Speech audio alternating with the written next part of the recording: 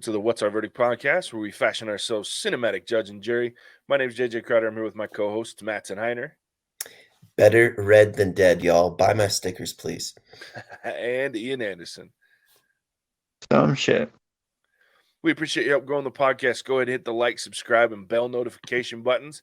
Go check out our website, whatsourverdict.com, where you can sign up for our newsletter, get our exclusive content and updates, pick up some sweet, sweet merch like those stickers Mattson was talking about. And then interact with us and listen to our What's Our Verdict TV episodes as well. So this is our spoiler-free review. Our deep dive reviews are available every Monday wherever fine podcasts are found. Spotify, Apple Podcasts, Stitcher, Ghana, just to name a few. And as always, it's completely free to listen or watch.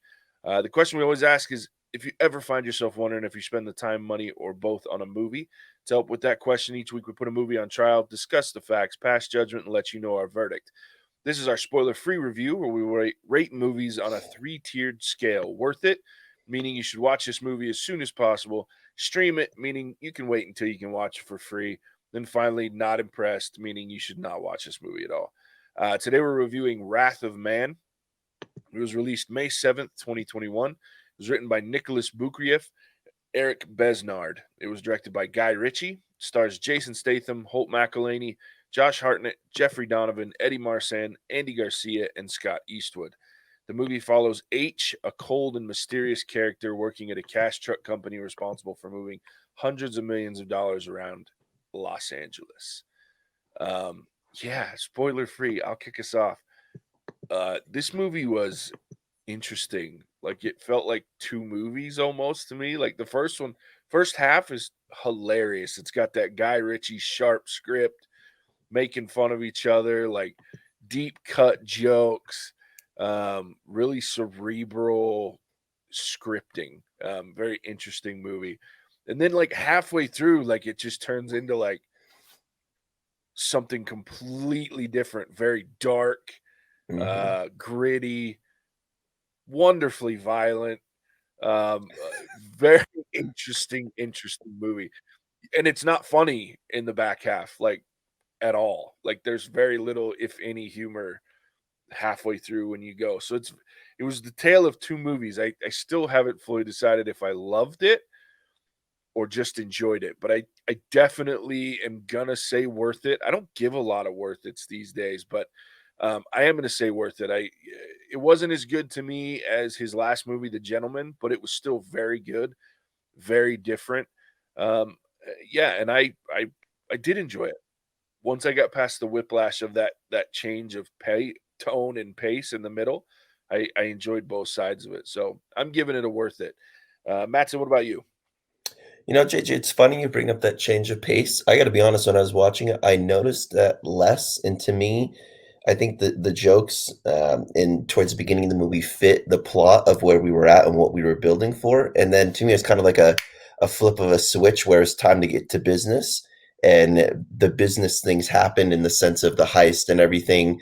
I think you guys heard when we all watched this in theaters together, which, by the way, was a cool experience to get back and experience something on the big screen. There is something to be said for that. Just that JJ talked about the killings. The big screen did it well. Seeing someone get painted across the wall when they took a pistol to the chin. I just think it was. I didn't think about it like that, but I see what you're saying. But for me, it bothered me less because I think that's kind of how life is sometimes, where you're going to have those funny moments, but then it's time to put your head down and go to work. And that's essentially what H had to do at that point. He was like, all right, I know what I need to do now. There's no BS at this point. I'm going to get my revenge. And so I liked this movie. I came in thinking of Jason Statham as in Transporter and Fast and Furious, and just knowing, oh, this movie's going to be over the top. It's not going to be really serious. I don't know Guy Ritchie as a director very well, and I hadn't seen The Gentleman, so I didn't really know what to expect. I like this movie. I will watch this movie again. I thought this movie had character progression, and not so much Jason Statham's character. He was pretty one note, and I think that's how he was designed. But the people around him, especially like Bullet and some of the coworkers he had, and the individuals that H had his criminal organization with, I liked all of it. I liked the world they built.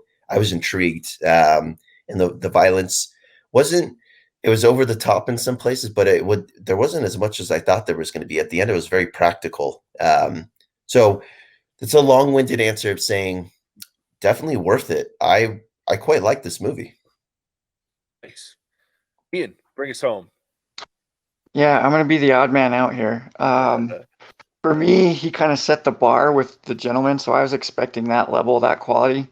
And this does not touch that. I think JJ put it best when he said this is an interesting movie because there were things that I really enjoyed about it, especially the way they develop Jason Statham's character H. I feel like they did a really good job telling the story that fit the title Wrath of Man. But I'll be honest, like the first 20 minutes, the first section of this movie, it just felt so forced and like they were trying way too hard. Like if you like dick jokes, you'll get like 20-25 minutes of dick jokes for this movie. And it just felt like I felt like Jason Statham's character was awesome to watch. And then all the other actors around him were just kind of barely holding their own. The characters felt forced. It didn't feel natural to me. But as you get deeper into the movie, I think it gets more entertaining and more interesting. And there's a lot of time jumps. I will say that. You're going like 5 months later, 3 months back, 2 weeks later. So it's kind of a little difficult to keep track, but they do an all right job of kind of giving you some visual cues. But so I'm going to go with stream it. And it's kind of like a barely stream it. Like watch this for H's character, like Jason Statham. Wow. Gotcha. Ian with the spewing the hate over here. Don't describe any of that as hate. I thought it was a very thoughtful review, Ian. I'm just trying to slam you for our Thanks. listeners, Ian. I appreciate the critique. Having like been around, how do I say this? Having been around a community or a group that would be similar to like truck drivers, all that stuff felt very forced and not natural to me. So that's one of my biggest critique. I thought you were going to say having been around murderers and robbers, but that was good clarification there. That's another story for another day. As I say, what do we not know about you, Ian? I'm very, very, very interested now. I definitely, a lot of potty humor at the beginning. Though I can't lie. I guess I come from the place of we've seen a lot of bad action movies. We've seen a lot, and to me, this does not fall close to the bad category. That's maybe more of where my head was. I thought this was just going to be so terrible.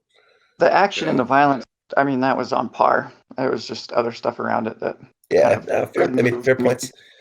Yeah, that's why we do this thing. I'm intrigued. Were you not, Matt? Were you not on the Gentleman podcast with us? No, I was. I was I mean, that was a long time ago, but I was a while ago. I was somewhere or something, but I wasn't.